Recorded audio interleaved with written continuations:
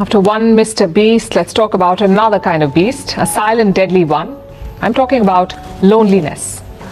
It is as deadly as smoking 15 cigarettes a day, as lethal as consuming 6 alcoholic drinks a day. I know the festival season is here, so you may not want to talk about loneliness, but let's just say, if you're visiting your loved ones during the holidays, you may want to make a regular habit of that, to stave off an early trip to the grave. Sounds morbid, but hey, don't shoot the messenger. I'm not saying this. A new study is. Here's what it says. When people don't socialize with friends or family, the risk of early death increases by 39%. So does the risk of death from heart disease by 53%. For those who also live alone, it gets worse. They have a 77% higher risk of early death and an even higher risk of dying from heart disease or stroke. Before I tell you why, let's cover the basics. What is loneliness? It is the gap between the level of connectedness you want and what you have. And it's not the same as being alone. It is not the same as social isolation either. Loneliness is a subjective feeling. People can have a lot of contacts, a big family, many friends, and still feel lonely. Now, loneliness is not all bad. In small doses, it is like hunger or thirst. It's a healthy sign.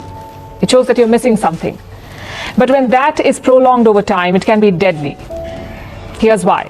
The human brain has evolved to seek safety in numbers, so it views loneliness as a threat. When lonely, the brain's danger monitor goes into overdrive. It triggers a fight or flight response. Your heart rate rises, your blood sugar and pressure levels increase, in case you need more energy for a fight. More inflammatory cells are produced to repair damage. You begin to view other people as potential threats, not friends. And this creates a vicious cycle. You fear loneliness, which makes you lonelier, leading to strokes and heart disease, even dementia, inflammation, poor immunity, depression, personality disorders, and suicide. And this is not as rare as you may think.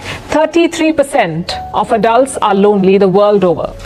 The highest number is in Brazil, followed by Turkey, India, Saudi Arabia, Italy, and South Africa. In fact, studies say loneliness kills far more people in the West each year than terrorists and murderers. That's an absurd statistic. But loneliness is allowed to loom large simply because of its absurdity. It is a rare and strange malady. We know what it is, we know how to cure it. It also costs relatively little, yet it's difficult to beat. Because we live in a paradoxical world. Today the world is more connected than ever through phones, social media, Zoom calls, you name it. But this is making us more isolated. Loneliness has nearly doubled between 2012 and 2018, which coincides with the explosion of social media use. And now an entire generation is at risk. Entire new generations are at risk, in fact. Polls find that young adults are twice as likely as seniors to report loneliness. Because time with screens cannot substitute for time with humans. The steps to tackle loneliness are not grand or high-tech. One of the best strategies is to simply be old school. Eat meals together, hold parties, hang out to eat ice cream or play a sport. Get to know your neighbor. It could be anything you like. Just do it at least once a month with someone else in flesh and blood or over a call. Word of caution, playing a virtual ping pong of Instagram reels does not count. At this point, loneliness is an epidemic. So it's not just an individual problem, it's a health crisis that demands government attention. So they must get involved too. In fact, Britain did. It got a Minister of Loneliness in 2018. It sounds bizarre. A Minister of Loneliness is less obvious than a Minister of Defense or Finance. But many countries think that this post is now necessary.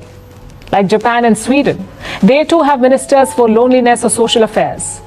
There have been calls in Australia and other countries for this same post too. Some nations have also employed other creative measures. The UK, Sweden, Ireland, and Australia have adopted what they call a chatty bench. That's what it's called, a chatty bench, a park bench, where strangers can talk to each other.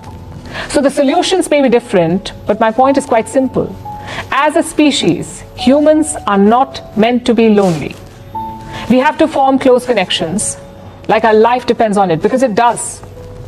Philosophers say you die alone. What they don't tell you is that it may happen a lot sooner if you're lonely.